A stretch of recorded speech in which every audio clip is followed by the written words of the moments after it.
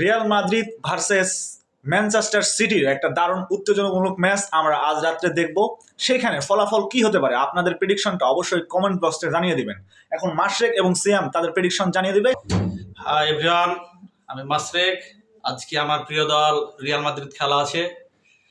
অবশ্যই খেলাটা আজকে প্রাণ ভরে দেখব এবং আমি ইনশাআল্লাহ আশা করি হ্যালো মাদ্রিদ যে ম্যান সিটিকে আজ 3 গোলে হারাবো এবং ম্যান সিটি যদি দিতেও পারে এক গোল দিবে 3-0 হতে পারে।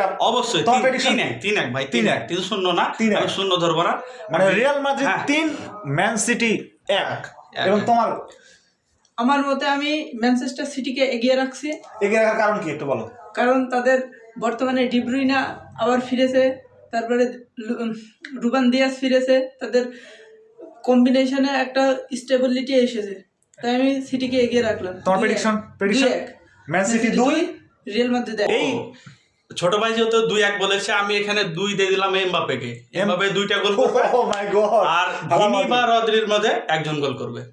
ও এমবাপেকে 2টা দিলা তুমি? হ্যাঁ অবশ্যই, এমবাপে 2 গোল করবে। এমবাপে করবে 2 গোল আর রদ্রি আর ভিনির মধ্যে করবে একজন একটা। আর আমার মতে হল্যান্ড করবে 2 গোল।